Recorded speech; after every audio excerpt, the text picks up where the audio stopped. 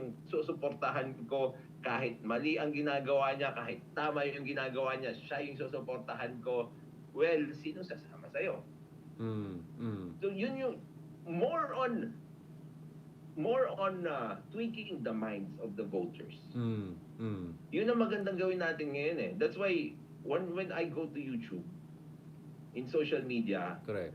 I make people realize na yung justice system natin, wala kang choice. Yan lang yun. So kung sasabihin mo, walang kwenta yung justice system natin, justice delayed is justice denied. Yes, I agree with you. Kaya lang, do we have a choice? We don't have a choice. So we have to repair this one. Right. We cannot change it. We cannot disregard it. Anong kailangan natin gawin? We have to fix it. So even in our little ways, we have to fix it because we have no choice. Hindi naman tayo pwedeng, okay, parang sa presidente rin. Okay, presidente kita, yung presidente ngayon, presidente ko. Yung susunod na presidente, hindi ko presidente. You cannot choose that. And whatever happens, you will be affected by it. You will be affected by the justice system. You will be affected by the president. You will be affected by your mayor. Ang iniisip kasi ng mga tao din, wala na silang pakialam. Tapos magre-reklamo na lang. Ang tanong, wait, may magagawa ka pa eh. The problem now is many people give up already. If we can give the power back to the people, they will forget idolatry. Sinasanto na, Diyos na nila yung mga politiko nila eh. Yeah, medyo kulto-kulto na eh. Yeah. Kulto na nga eh. Let's make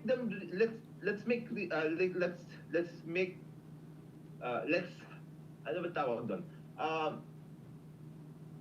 I hope there is one day, ito mas maganda, may isang pagkakataon dito sa Pilipinas wherein people will actually realize the term public servant. Na ito yung nagsiservisyo sa tao. Tapos, ikaw ang may kapangyarihan. You have the power. You are the people. You're the most powerful here. Ang nangyayari kasi, madali mauto yung Pilipino eh. Bigyan mo ng konting ganto, bigyan mo ng konting ganyan. Uy, tinulungan ako niyan. Iboboto ko na siya. Uy, gusto ko to. Kasi matapang siya. Nagmumura. Goods yan. Iboto natin. Yeah. Iba-iba yung, parang, sandali, ano ba yung qualifications kasi na kailangan natin sa isang posisyon? Di ba? Ito. Pero dito yung problema, di ba? Attorney Libayan, I mean, isn't this the problem na dun sa ating saligang batas, yung qualification bilang isang presidente ay kumpara dun sa qualification na maging janitor, di ba? Minsan kailangan pa ng college degree. Dun sa presidente, di ba, yung biro is read and write, never mind if understand, di ba? So, yun nga yung problema natin na parang do you think na our democratic legal institutions were organized in a way that promotes mediocrity by nature or celebrity politics? Again, I know medyo constitutional question to eh, pero gusto ko lang sabihin yan, yeah. Wala naman akong problema doon kasi nga it's still the people who chooses eh. Right. So, tulad nga ng sinabi ko, we have to educate the people. Yung mga tao ang dapat parang pumili ng tama. Kasi eventually, you will suffer the consequences of your choices. Right. Pag mali yung pinili mo, tignan mo mangyayari din sa bansa mo. Ang problema nga kasi hindi tayo natututo kasi many people gave up already. At least binigyan ako ng pera. Wait, sandali. Sabi mo sa kanya, kung binigyan ka ng 500 yun, pag pinili mo yung maayos na tao, hindi lang 500 ang matatanggap mo. Right. Kasi I've been a part of many political campaigns. Right. And I talked to many people in caucuses, house to house. Maraming tao nag-resign na talaga to the fact na wala na tayong pag-asa. Yeah. So kung ano yung may bibigay sa akin nito, anong may bibigay sa akin nito, I'll just take it. Tapos iboboto ko na lang kung sino gusto mong iboto ko. Ito, sige, ito yung iboboto ko. Ito, kilala ko, ito iboboto ko. Ganun na lang eh. They don't take voting seriously. Yun na malaking problema. So, what you're saying is that ang problema natin is yung kombinasyon ng cynicism, yung wala nang pag-asa, scrape the button na lang. Okay na yung 500, pwede na yan. Kahit hindi na mangyari yung eskwela, yung bridge, yung roads, lahat na dapat gawin nila. Kasi mag-ROI na yung mga politiko, return on investment yan, di ba? 10 to 1, 100 to 1. At the same time also, yung wag rin yung pagka-ilusyonado din natin na parang you can just wish away na ito yung presidente natin. Okay, for this next 6 years, hindi ko yung presidente. So, kung every time magkaroon ng tama, problema di with ba? BBM or Digong, i-deny ko, hindi ko naman siya binoto eh. I will just forget about the fact na Pinoy ako, di ba? Parang you're saying both of these are very problematic mindsets. Because kung Yes. ganyan tayo, never tayo mag-improve. Because you cannot improve something that you cannot accept as it is first. I mean, hindi mo pwede, Exactly. hindi mo pwede gawin, let's say, I don't know, kung football, Cristiano Ronaldo isang maliit na player, kung sa una pa lang may illusion ka na Cristiano Ronaldo na siya kaagad, or hopeless case na siya, di ba? You work step by step, di ba? And parati ko sinasabi, yung mga bansa na hinahanga natin ngayon, yung Norway, New Zealand, do you think they started like that? No! I mean, yung mga Scandinavian countries, mga Viking countries yan dati, nagpapatayan lang sila. It took them centuries and decades of mobilization, civil society activities, reforms, maraming nagsakripisyo, hanggang dumating sila dito. Or yung Amerika, parati ko sinasabi, well, maybe US is even more relevant dahil yung sistema natin was copycatted from late 19th century US, not even New Deal US. Panoorin mo yung movies na Gangs of New York, or even Boardwalk Empire, na pasok na sa 20th century. Literally yung office of mayor, away yan ng mga mafia groups, Irish groups versus Italian groups. Like, this is Estados Unidos just 100 years ago. Way worse than us. So, hindi sila magically naging mas maayos na bansa. Of course, I mean, may Trump na ngayon, but you get what I'm saying? Like, feeling ko hindi na-appreciate ng tao na naalala mo pare yung si Sean Marion, yung nag-NBA na nag-shoot ng ganyan. I don't know, anyway. Yeah. Naalala mo ganyan siya mag-shoot. Sabi ko, parang basketball lang yun eh. If kaagad ganyan ka mag-shoot, hindi mo talaga mag-shoot yan. So si Sean Marion, step by step, until na perfect niya, pwede niya ganun. Kasi mahirap siya i-block, di ba, pag ganyan. Sabi ko, if you just copy the final product, you will not be Sean Marion. But if you go through the process and you perfect shooting, then you can be like Sean Marion kasi ang hirap niyang tapalan from here kasi sa likod Exactly. So, you're missing point A to Z. You're just looking at Z and saying, A lang tayo, hopeless case na tayo, wala at malamang, or pretend na lang tayo na Z tayo. Like, those are loser mindsets. Those are self-defeating mindsets. Yeah. And yun nga kasi kung kulto yung politika, you will pretend that the letter A leader is Z level, which he's not or she's not, right? So nagigets ko saan ka galing. So I think we're very similar in the sense of very nuanced yung take natin na kailangan natin tanggapin na ito yung sitwasyon pero hindi ibig sabihin hanggang dyan na lang tayo. Pero hindi tayo mag-move forward kung hindi rin natin tanggapin yung katotohanan, di ba? So I appreciate where you're coming from because I think this is what kailangan marinig ng tao. Kasi yun nga yung pansin ko, upset, no? Like people go and watch yung mga bloggers or intellectuals or journalists who just affirm their bias. Ay, sino yung attorney dyan na nagbabash kay ganito kasi ayoko siya? Or sino yung pro ganito? And sa tingin ko, hopeless case tayo. Hindi ka na papakinggan. Hopeless case tayo. I mean, you can still have huge engagement dun sa silos mo, pero wala ka ng influence outside. Hanggang dyan ka na lang forever. I mean, one thing I'm proud about is, people from all across political spectrums reach to us. Leaders from, I'm not gonna name names, because they know si Heydarian, makulit yan, may sariling pag-iisip yan, walang sinasanto yan I criticize Aquino, I criticize Duterte, well, sometimes I criticize one over the other kasi mas palpak, di ko naman kasalanan yan. And then with BBM, let's see what's gonna happen. But so far, Kapsan, I know both of us are solid North Baguio boy, but what's your sense with BBM? Because ako on foreign policy, I'm quite happy. I just came from ASEAN Summit, I gave a talk there, and I just got updates about President BBM. Ang ganda ng interventions na I really like things he said on South China Sea. And guess what? Actually, it matters what the president says. Kaya nga may issue tayo kay Digong. Yes. So don't say, lang sabi-sabi lang ni BBM. No. BBM as the president saying that matters. So I'm quite happy with the foreign policy so far. Although we can have a long discussion about ATTY, etc. in the future. But on the issue of rule of law, how do you feel about BBM? Because do you think BBM people are trying, or not BBM himself, but some of the people there are trying to do what we're trying to do, which is, okay, kailangan natin ng war on drugs, pero hindi pwedeng bara-bara. Parang we have to find a proper mean. I don't know if that's exactly happening, but the rhetoric that's coming out of DILG, Abalos, is that's exactly what they're trying to do. And I think that's where maraming DDS ay galit kay BBM because tingin nila he's not tough enough on drugs. No, I mean, what's your read on this, Kapsat? Tulad na sinabi ko sa inyo, yung galit yung mga DDS kay BBM, ano na naman yun eh, it's because BBM is not Rodrigo Duterte. Kasi nga, syempre, because of the culto mentality, tribalism, Yeah. many people are not okay with accepting change, especially when it comes to leadership. Kasi hanggang ngayon, well, you can only run for president once. Marami pa rin nang nagsasabi na parang siya yung president. Well, no, hindi na. Yan din ang Tapos na, problema yeah. natin Exactly, kasi yeah. sa tawag doon, political dynasty. Yeah. Because they think na, yung tatay magaling, malamang magaling din yung anak, magaling din yung apo, lahat na sila, Yeah. i-elect natin. Pero no, we've proven that many times already na it does more harm than good because actually, yung anak, ibang-iba doon sa tatay. Yeah. Yun ang malaking naging problema dito. Tapos when it comes ang criticism ko lang kay BBM ngayon, hindi siya masyadong firm when it comes to pinapatupad yung mga... Mabait siya masyado? You think he's mabait siya masyado? Well, parang ganon. Kasi parang he wants everything balanced. Na parang, okay, sige, chill lang. Parang walang masaktan, lahat kayo may piso, ganon. Hindi naman pwede. Kasi kung hindi na tama ito, sandali, ikaw, huwag ka na. Siyempre, masasaktan siya. Yung tama, ikaw muna ngayon. Mamaya, pag tama ka na, alam mo yun, parang, that's how a leader should be.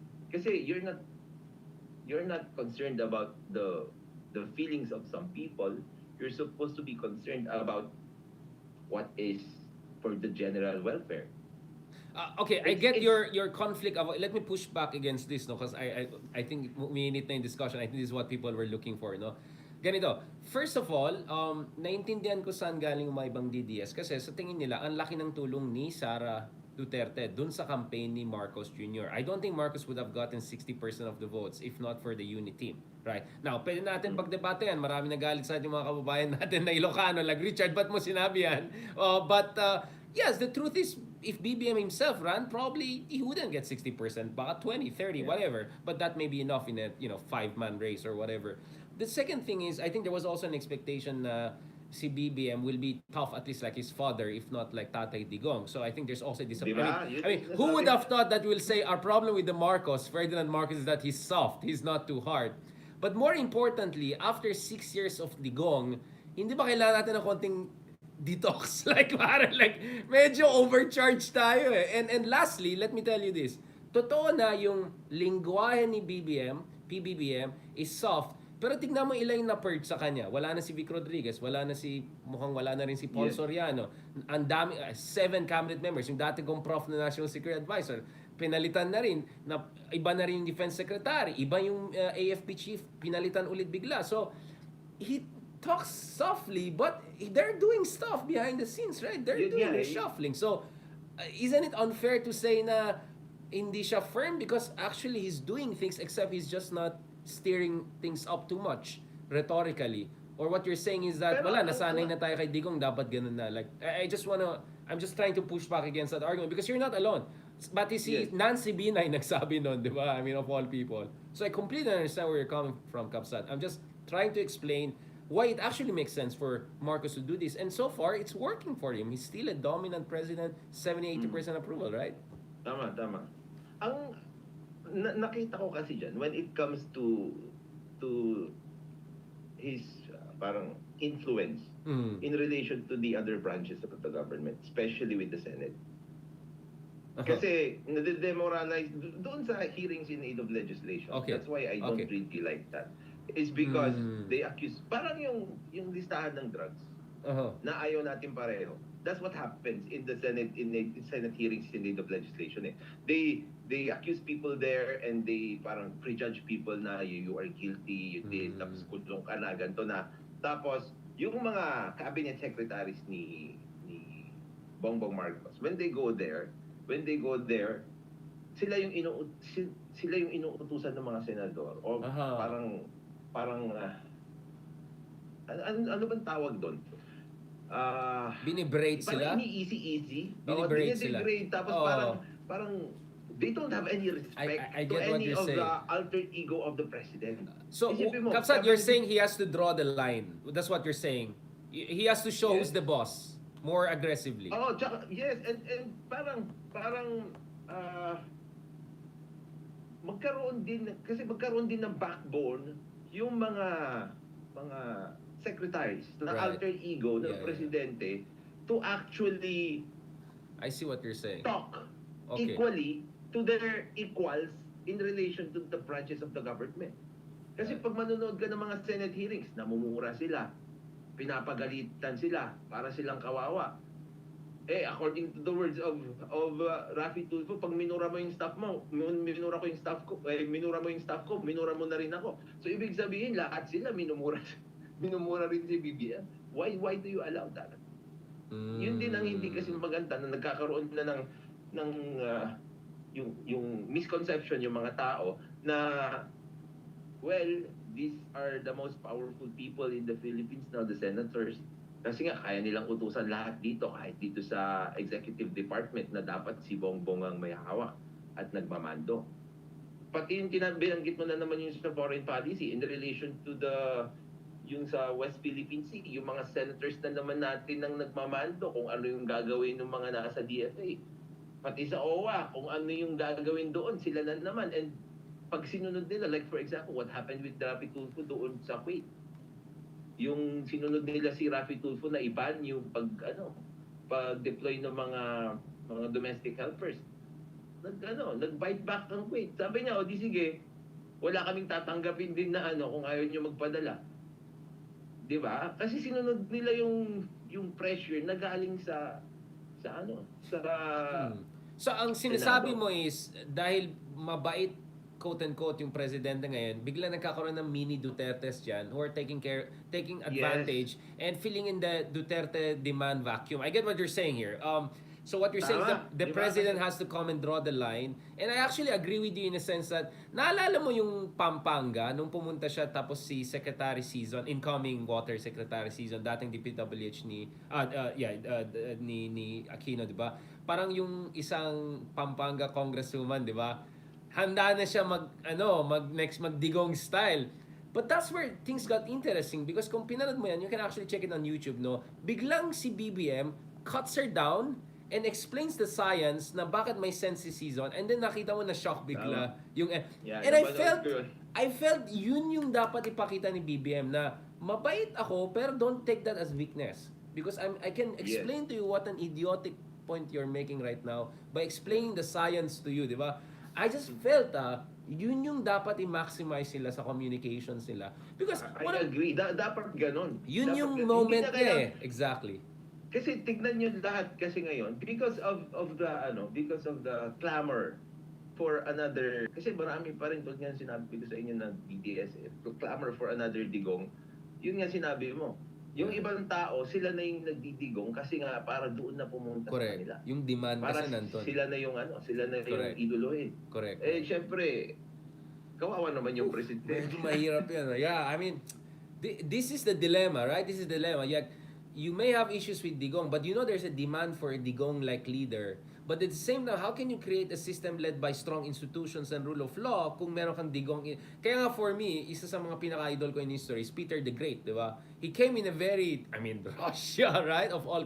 But he used yung strong leadership niya to build strong institutions. Yung Russian military, yung Academy of Sciences, which Catherine the Great built on. Now, of course, Philippines is a bit more advanced than 17th century Russia. But I just felt we need strong leaders who build strong institutions. And the problem is, parati may kulang Either magaling yung institutional sense sila, pero mahina sila in terms of personal political capital. Or like Digong, ang lakas ng personal political capital, parang medyo hindi nag-invest dun sa institution or even counter to that.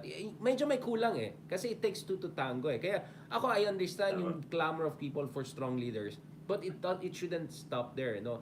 But I wanna ask another thing, Kapsat, no? To what degree sa tingin mo, yung isa pang problema dito ni BBM, which is, this is what hindi ko talaga na-expect. Proud ako na marami ako na-predict kay BBM. I mean, you could see yung pinaka-first article ko, the next day sa Nikkei Asia is, no cause for panic. Because alam ko si BBM will be very different. Na-meet ko siya. He's Romualdez, hindi siya Marcos. He's chill, he's nice, he's urbane. Yeah. I'm not saying he's progressive. I'm just saying. So I Well, never bought yung... to cut you on that one. Yeah. Sa tingin ko nga kasi sa sobrang ano no, sobrang ito ewan ko kung pro kaya con nito. Sa sobrang tinatawag siyang diktador. Parang, oops, wait, I will surprise you. Yeah. Ganun yata yung ginawa. Nag-overcorrection. Parang, So you're saying there's an overcorrection. You think he was so eager yun nga, to disappoint his ayoko rin naman critics. magkaroon ng overcorrection. Yeah, I see what you're saying. Overcorrection. Yeah. But I wanted to just say this. One thing na hindi ko na-anticipate, Kapsat, na wala siyang mga vloggers bigla. Di ba? Ang hina nung communications niya. Nung time ng elections, parang invincible siya, di ba? Habang sila Lenny, may mga San Goku, yung mga ganun, like, yung ang suabe yung kay BBM, BTS look, bomber jacket, 'di ba? Tapos may Sandro, tapos ang ayos yung ginagawa ni Paul Soriano, 'di ba? Ang linis ni Vic Rodriguez. Like, now, all the vloggers ay kay Tatay Digong doon sa doon sa I don't know, either, you know what I'm saying, or napunta kay Kiboloy or yung sino bang vlogger ni BBM ngayon? Si Nieto? I mean, nasaan ba si Nieto? Di ba? You get what I'm saying? Like, parang biglang may vacuum din may communication vacuum and that really, yun ang hindi ko na-anticipate. That's the one thing I never predicted, that within 1 year, wala. Kasi si Maharlika nga, I don't know kung kausap mo, sobrang anti-BBM na siya. Meron akong hunch dyan kung bakit nangyari yun. Meron din. During the elections, yeah. whenever you talk about BBM, maraming views. In other words, maraming kumita. Ngayon, after the elections, hindi na ganun karami. Okay na. Ganun na. Views Yeah. So they have to find other niches na magkakaroon ng mas maayos na views. So I think ganun lang yung nangyari doon Yeah. Kaya marami din, parang bumalik na sa dating gawe kasi nga hindi na katulad noon na pag ito yung pag-uusapan, kahit BS yung sinasabi mo, kahit walang kwenta yung sinasabi mo, pag nakita ko BBM, oops, instant. Yes. Maraming views. Oh, kaya tayo nag-Itbulaga na lang tayo ngayon. Kasi yun yung my view, showtime, Itbulaga. Yun na lang. Bro, next time yun na lang pag-usapan natin, Itbulaga, showtime. Maraming mga MTRCB. Oo nga, TVJ, di ba? Pero next time bro, park natin yan. Para special episode yan. Kasi papunta na tayo sa Tulfos, right? I think you're already implying that some of the senators are filling in the kind of a Duterte vibes vacuum. Are you effectively referring to Idol Rafi? I mean, where's your, I don't know how to put it, beef, if I can say, what's your beef with the Tulfos? I mean, of course, I know, but I'm asking it para lang ma-explain mo. Kasi a lot of people, I think, misunderstand you as like just the anti-Tulfo guy. And you know, of course, Tulfos are very popular right now. Ang laki ng engagement nila. I mean, hindi naman tayo basta-bastang tao, pero malaki talaga yung mga Tulfos, di ba? For whatever reason. Which we, of course, we can understand. Kasi ganito ang argument ko Here's where I could be, hindi naman critical of you, but this is where, ang akin lang, parang yung, nung tinanong kita kay Digong, very nuanced yung sagot mo, di ba? Pero pagdating sa Tulfos, parang you're more than 80% critical. Is it because si Digong was abogado and Tulfos are not? Just kukulitin. Where is this coming from? Bakit kay Digong nuanced ka? Kay mga Tulfos parang hindi Galit ka Alam mo, mas na-expose kasi ako sa Tulfo Okay. I know more sa Tulfo kesa sa Digong. Okay. So it's difficult for me naman to parang dive into Antato Monsters. Pag kunwari, I will criticize Digong about everything. I don't actually know the person. With Tulfo, meron siyang show Nakikita ko kung ano yung hindi ko gusto na ginagawa niya. 6-year president si Digong. Is that enough for us to know him? I mean, I don't know him personally. I was not in Davao, but I think I know him enough. During term ni Digong, I was not doing this pa. I see. Most of yung term niya. Kailan ba ako nagganito? Pandemic 2020. Sino bang presidente natin nun? Si Digong. Digong pa rin. Loko ka ba? Man, buhay pa siya noon. Ano ka ba? Ikaw talaga. Pag Digong, biglang di ko siya kilala. Di ko alam. No, but I'm putting you on the spot because I want to, because I know you're coming from a good place Kaso may mga misunderstanding sa'yo. So this is siguro a chance to just clear the air, bro. I was critical with Digong din. I was out there when he was calling people parang he was naming parang yung drug list niya. I didn't like it. I didn't like it. I don't also like yung pagmumura niya. Tapos I also don't like yung mga promises niya na too good to be true na pinapaniwalaan ng mga tao. Yeah. So I also call those out.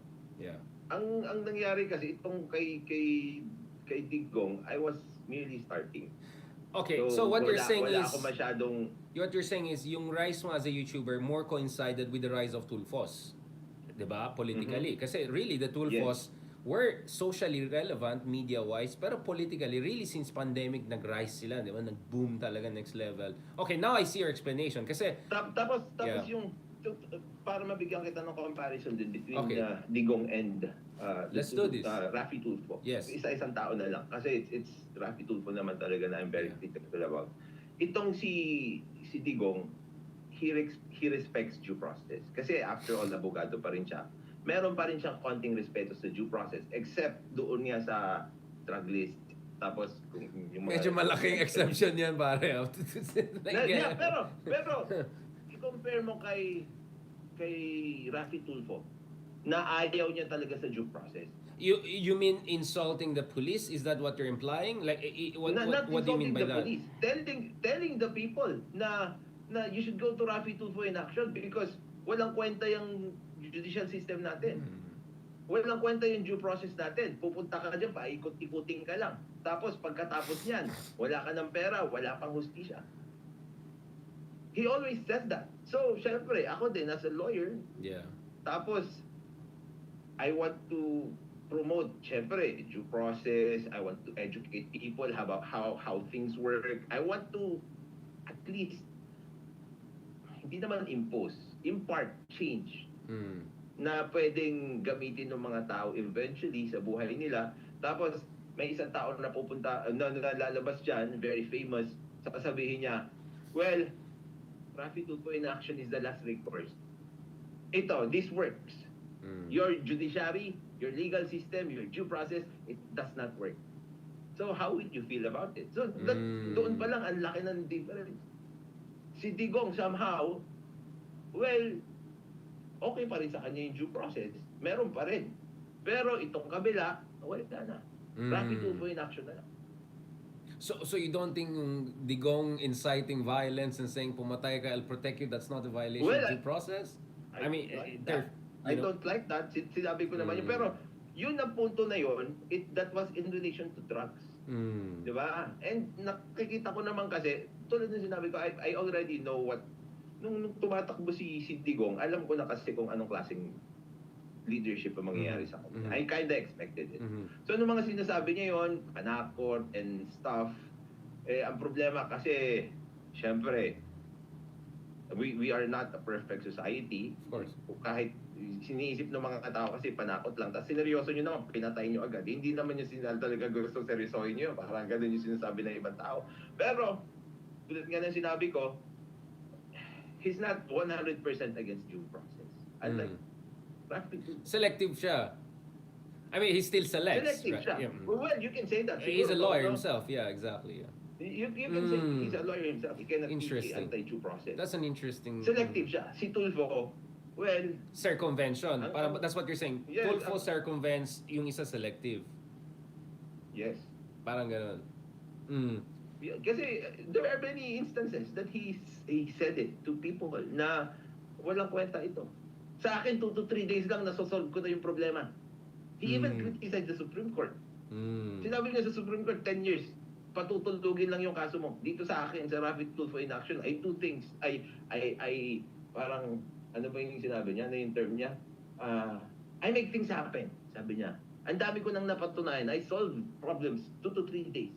Pupunta ka sa korte, mag-due process ka, magpa-file ka ng kaso, it will take you 10 years.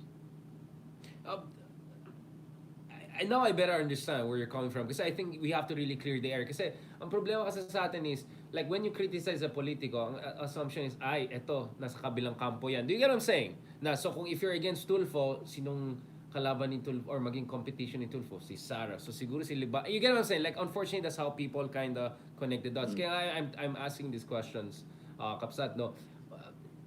The question I have is, a while ago, pinag-usapan natin na bakit sa tingin natin ang laki ng suporta kay Digong, no? Which is yung kumpiyansa ng tao sa judicial institution natin ay medyo mababa dahil doon sa katotohanan ng sistema natin. We talked about the numbers, pre-trial detainees, judge to court cases, averages, etc. Well, in the same vein, can you argue that that's also what Tulfo is responding to? Because maraming tao nawalan ng kumpiyansa, so naghahanap sila ng, I'm not saying vigilante justice, but some sort of a, I don't know, a facilitated, express way of dealing with it. Isn't that what Tulfo is offering? And in defense of Rafi Tulfo, I know that, I from my information, I know that he works with some of the mayors. I even heard even mayors like Vico Soto, help out with each other, especially since he became senator. And in fact, Rafi Tulfo, Tulfo also pushed for laws on legal literacy and education. Because, again, napansin ko, yung ating saligang batas kumpara sa American Constitution, ang hirap intindihin yung Philippine prose.